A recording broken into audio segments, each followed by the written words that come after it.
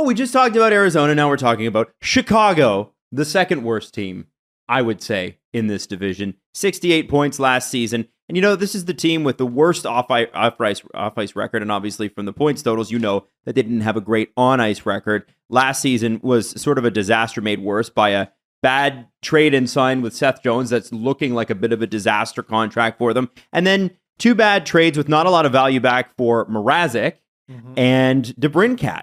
Now, they have opportunities to turn that around. They did better on the Kirby Dach trade. Let's talk about what the odds are at sportsinteraction.com/SDPN. Jesse, what do we got? The over-under for the Chicago Blackhawks sits at 66.5. Again, 67 points this year, guys.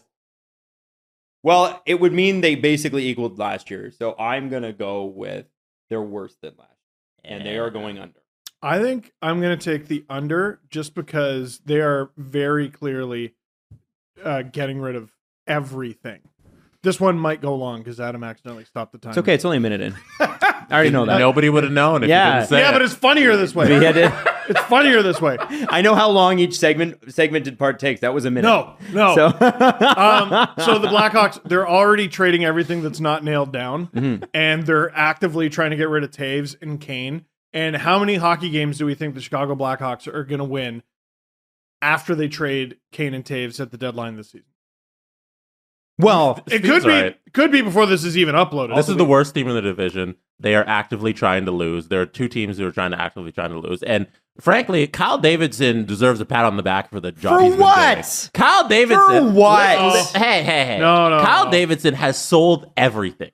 The young not highly. The young pieces that are good, the bad pieces that are bad, the quality players who might be good. He's just gotten rid of them. None of them are going to be as good as Connor Bedard. He doesn't want to win at all. And the fact that he's been stripping it down to the bone means that there's a direct direction for the team and the franchise. That's something I always harp on for teams that are middling. Crust. If you're in the middle, you're doing the worst. If you're going for it, go for it fully. If you're going to strip it down, strip it all the way. And Kyle Davidson is doing that. And I can't wait to see where Kane and Toews land. I can't wait to see how he trades them both for second-round picks. Honestly, he has been... No, I'm sorry, guys. I'm sorry. The trades that he has made, they're just not good enough. And so I think this season, the win or the loss on this season hinges on 2 factors. Number one, can they outshit the Coyotes, right? Right? Can they get that? That's what they're doing. And number 2... Outshitting them in net. Number two... Peter Mrazek. Speaking of shit, number 2, I want to know what they get for Toews and for Kane. Because if they don't get anything, even if they re-sign them, that's a loss to me. That's a total loss. I think it's a loss. It's mission get at least a first-round pick for both.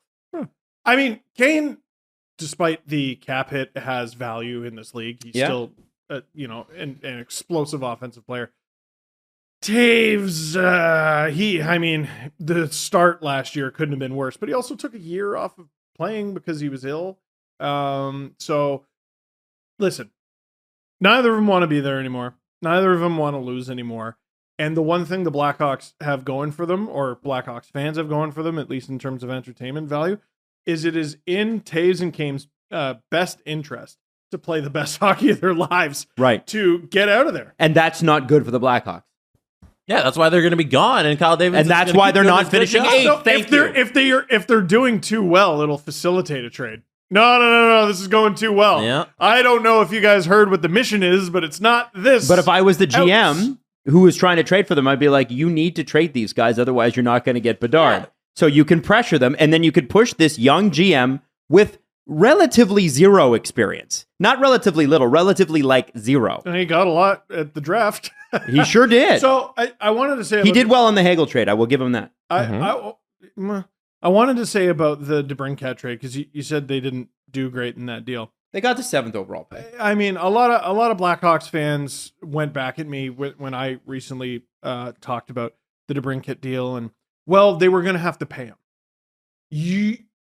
The best case scenario is the player you pick 7th overall, or Connor Bedard even. The best case scenario is you pay them a whack of money because they're so good. But DeBrincat's good now. Yeah, that's not their goal. But he'll be players. He's 24 now. He'll be 28 when they're good. He would have been but he would have been good this season. Every extra goal DeBrincat scored for the Blackhawks is going against their goal here to suck. If you look at the history of rebuilds, the rebuilds that fail are the ones that blow all the somewhat veterans out the door. When you look at the way the Leafs did it, and they were bad for a bit, right? Remember, people are like, "Oh, it was a quick rebuild." No, it fucking wasn't. People would argue they had Nylander in one draft, Marner in the next, and Matthews in the next. They were bad for 3 solid years. Okay. Yeah. The thing that the Leafs did well enough anyway was having guys like Van Riemsdyk, Kadri, and Bozak there. Morgan Riley stuck it out. Obviously, he was young, but you had Jake Gardner. You had players who had played at the NHL level before. And when you look at a rebuild like Buffalo, who stripped it to the bone, they bring up all these young players, Jack Eichel, Rasmus Dahlin, Rasmus Ristolainen, and expose them. If Chicago does that, they're going to be in big trouble too. Okay, so what are Toews, Kane, Seth Jones, Peter Mrazek? Are they not veterans? Well, Jack Johnson, Peter Mrazek, if he doesn't play himself out of the NHL this year, if he does, no, that's the goal. Let in everything. I guess. Backup. That's why Steve's point about the goaltending. Really? 2 former Leafs. Good for him. Steve's point about the goaltending is so true because Peter Mrazek, if he lets in every goal, which we expect him to do, that's the goal. Okay, you've achieved your goal here, Peter. Oh man! I don't see. Then you get to be Connor Bedard's goalie there because he signed to 2 years. Yeah, that's right. Okay, so in all honesty, guys, and I know we're going a little hard at the Blackhawks here, but you know what? A little deservedly. They're bad. So they're bad. Also, Tyler Johnson's you're a Blackhawks fan. That's fun. I'm a Blackhawks fan. I'm watching the Blackhawks this year. Why am I watching? What's the win for me? I think there's a fast team and they're gonna skate and I think they're gonna score. Yeah, actually, no question. I do. Even though they don't have DeBrincat, that's gonna hurt.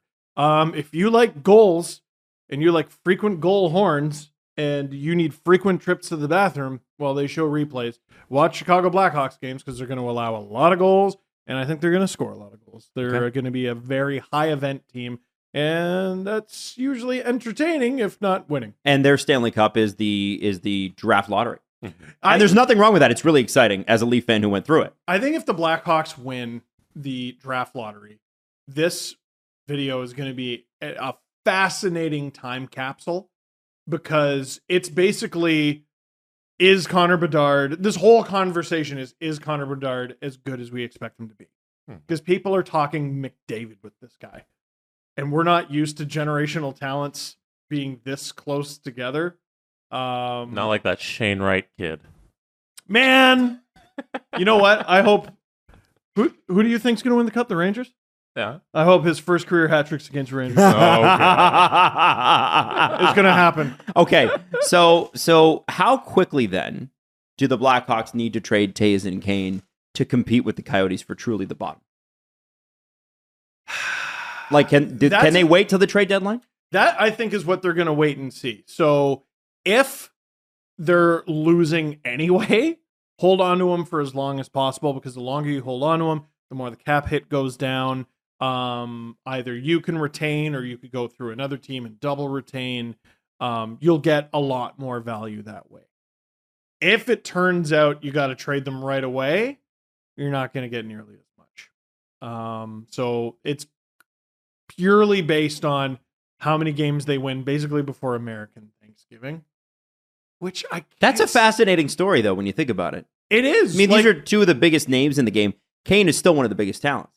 Yeah, and it's interesting because I remember, and I'm sure Blackhawks fans remember because they had a very quick rebuild, and I'm sure there were times where it's like, all right, I know what this team is trying to do. I just hope the young players do well. They traded all of those. Right. You know, like this season could have been, you know what? I know we're not going to win, but we're going to go for Bedard, and let's see what Kirby Doc's got. Yeah. No, now they can't even do that. Let's see what Hagel's got in an advanced role. That guy was 23. He was younger than DeBrincat. Adam, what do you keep saying about the 25 offseason? The 2020, the gigantic cap. Lots of money. In 2025, the Blackhawks have 2 players signed. Wow. They are primed for this to be a very quick rebuild. Okay. Austin Matthews. All right. I'm just saying. There's Second a lot. line center to Connor Bedard. There's a lot of bright stuff if they end up winning this lottery. There's a lot of good in the future. Okay, so guys, I think I know where you put them, but where do you put them in the division? A lot of people are going to call us nuts. I say 8th. Jesse. Yeah, 8th. I think you're nuts. It's 7th.